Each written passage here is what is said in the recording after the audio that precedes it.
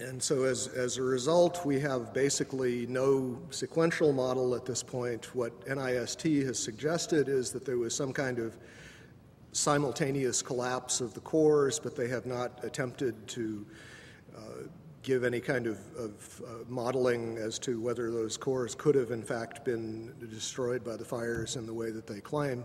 Unfortunately, the material that would have allowed a detailed fire analysis, the actual physical evidence, is all gone.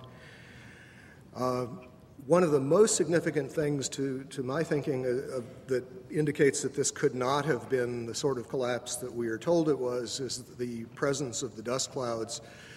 And as you've seen in the pictures, and I'm sure all of us have seen probably more than we would like, there were very, very large clouds of very thick dust that enveloped the area, that crossed the river, that made it almost all the way to New Jersey from the pictures that I've seen. This type of flow is something that we are familiar with in physics. It occurs in only two situations that we know of naturally. One is in volcanic eruptions, where a large amount of material is suddenly exploded into the air and basically forms small particles. The other situation is something called turbidity currents. These occur along the edges of the continental shelves, where mud or sediment will slump, become suspended in water.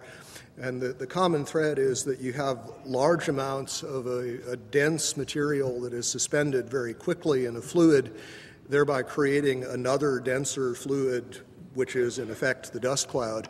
And that fluid can achieve considerable velocities. The problem with creating this sort of slurry of fine particles is that there really is no mechanism that has been proposed. We have concrete floors with carpeting or flooring over them. We have furniture. We have floors basically that are coming together in a collapse, but the concrete is basically protected under these layers. Early in the collapse, in the very first moments, we see these thick clouds being ejected at very high speed. They're clearly dense because they flow downward and become part of this large overall pyroclastic flow. What we're basically being told is that the concrete sort of jumped up into midair, exploded itself, and then was ejected as the floors came together. Not a very plausible mechanism, but I have yet to hear of anything else proposed to explain it. From quite a few people on the scene, we've been told that the powder it represented most of the concrete, that the amount of intact macroscopic chunks of concrete on the scene were negligible, that basically everything was reduced to powder. And incidentally, we also know that other things besides concrete were reduced to powder. We know that contents of computers, exotic metals from computer chips, these sorts of things were also identified in the dust and in very small particles, generally on the order of less than 100 microns in diameter. So we have a real issue of mechanism as far as what in the process of this collapse could cause so many things to be pulverized so finely. For the towers to collapse the way we saw them collapse basically implies that the columns simply collapsed into themselves. They telescoped straight down. Steel keeps a lot of its structural integrity, even when heated, until you begin to approach the melting point. You don't really see a catastrophic loss of strength, and this is what we're talking about. We're talking about basically vertical box columns collapsing into themselves, which implies a complete loss of mechanical strength. And as far as the initial impacts, this recent NIST study made an interesting point about World Trade Centers 2. The film analysis showed that it oscillated for about 4 minutes after it was struck by the airplane, and the oscillation rate was identical to what would be expected for the intact tower. Trade Center towers in most modern buildings are heavily redundant in the sense that the load bearing can be shifted to other members if some of them fail, and we saw that happen in this case. Stresses do redistribute, but absent further weakening of the structural members, that distribution is limited. It happens, the structure restabilizes, and unless there's significant further damage, it doesn't progress to a total collapse. World Trade 1 began collapsing from the very top after an hour and 40 minutes. It's very hard to imagine office contents progressively heating up hotter and hotter over that period of time. And for a building to collapse from the very top, which is the least heavily loaded, is also very odd, to say the least. Just a couple of other anomalies. As we know, there were reports of explosions. There were reports of underground explosions in both of the towers at the time of the impact from a building engineer by the name of Philip Morelli. There are interviews with him on the web. From the Naudet brothers film, 9/11, we see that the lobby of the North Tower was extensively damaged with what looks like high explosive blast damage, and this was immediately after the plane collision.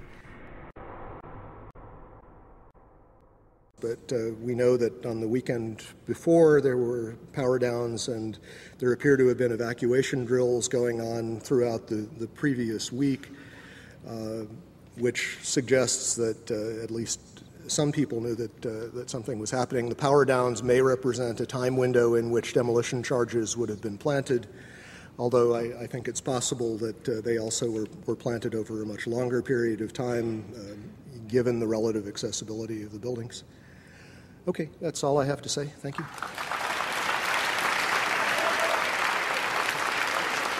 Thank you, Jeff King. Thank you very, very much. A common explanation as to why no U.S. military interceptors took to the skies on September 11th until it was too late is that it was simple incompetence. Well, let me deal with the incompetence theory. First, by taking you back to October 26, 1999. That is the day the chartered Learjet carrying golfer Payne Stewart crashes, killing all on board. This from the National Transportation Safety Board crash report. 9:19 a.m., the flight departs. 9:24, the Learjet's pilot responds to an instruction from air traffic control.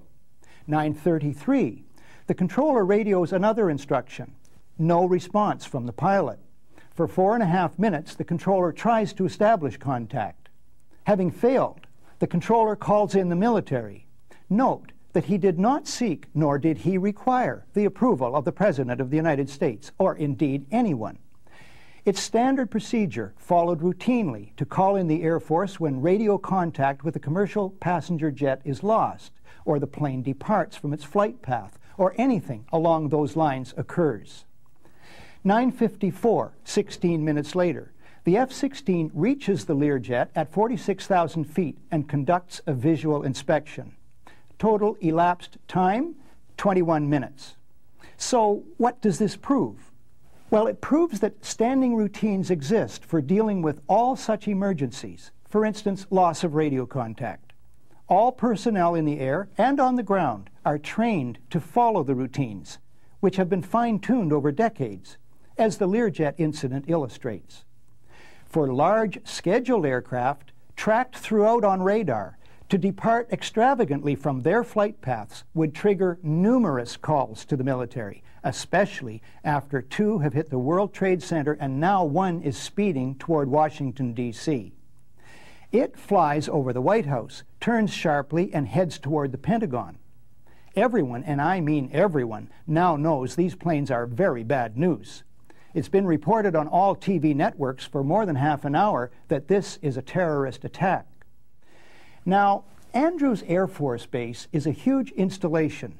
It's home to Air Force One, the President's plane. It's home base for 2 combat-ready squadrons of jet interceptors, mandated to ensure the safety of the U.S. Capitol. Andrews is only 12 miles from the White House. On September 11th, the squadrons there are the 121st Fighter Squadron of the 113th Fighter Wing, equipped with F-16s, and the 321st Marine Fighter Attack Squadron of the 49th Marine Air Group Detachment A, equipped with FA-18s. This information was on the website of the base on September 11th. On September 12th, Andrews chose to update its website. I find it odd that after the update, there's no mention of the F-16 and F-18 fighters. The base becomes, according to the website, home to a transport squadron only.